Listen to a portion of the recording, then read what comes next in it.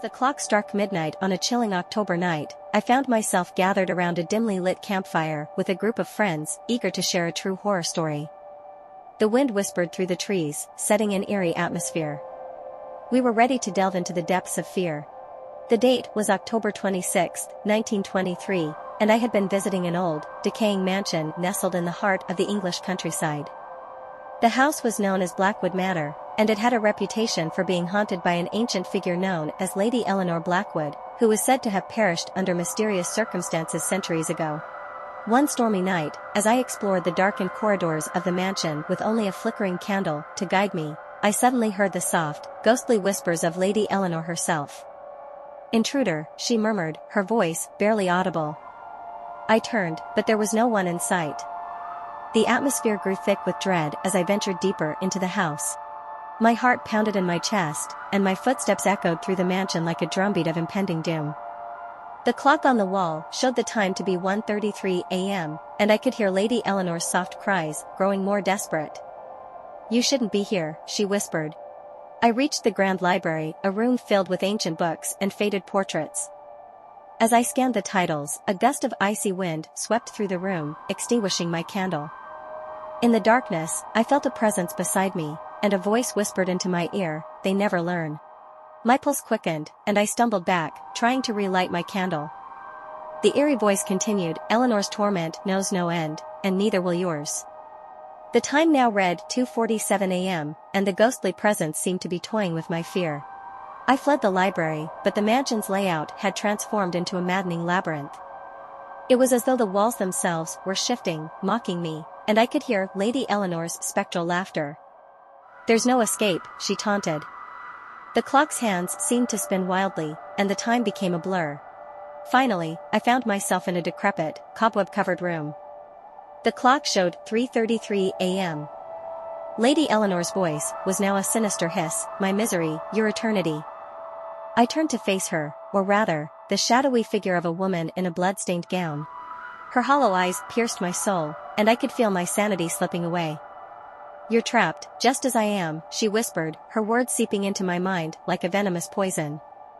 I felt a chilling hand caress my cheek, and then the world around me dissolved into darkness. When I awoke, I was back by the campfire with my friends, but the date had not changed. It was still October 26, 1923. My heart raced, and I tried to recount my experience in Blackwood Manor, but the words seemed like a fading dream. As I shared my story, my friends listened in rapt attention, their faces pale and eyes wide with fear. But as I concluded, a disturbing realization swept over us. The clock by the campfire displayed 3:33 a.m. We were still trapped in the never-ending night, just like Lady Eleanor Blackwood.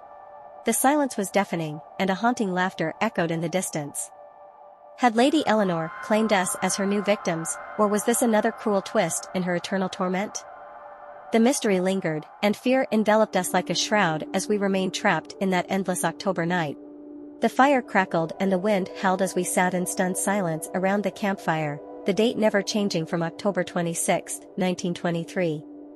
The haunting laughter of Lady Eleanor Blackwood echoed through the night, a chilling reminder that her malevolent presence still loomed. The once flickering campfire now cast eerie shadows, and my friends and I exchanged fearful glances, uncertain of what awaited us in this never-ending night.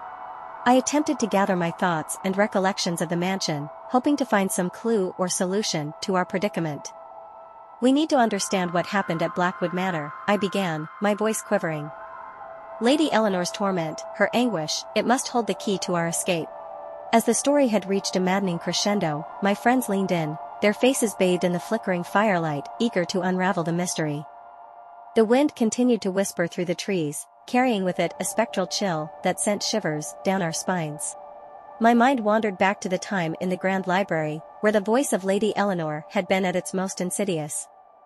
I recalled her words, "Eleanor's torment knows no end, and neither will yours."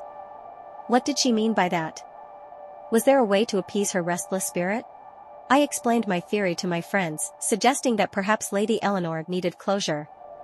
Perhaps there was some unfinished business from her life that still bound her to this world. It was a long shot, but it was all we had to go on.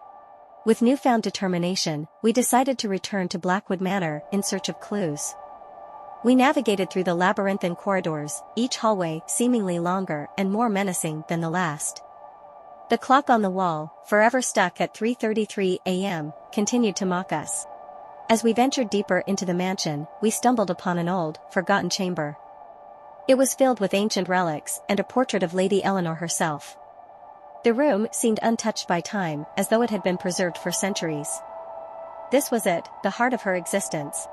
In the eerie glow of our flashlights, the portrait of Lady Eleanor seemed to come alive. Her eyes followed our every move, and her lips curled into a sinister smile. I addressed the portrait, my voice trembling, "Lady Eleanor, we seek to understand your suffering. What is it that keeps you tethered to this world?" The air grew colder, and the room seemed to breathe with a malevolent presence. We held our breath, waiting for a response.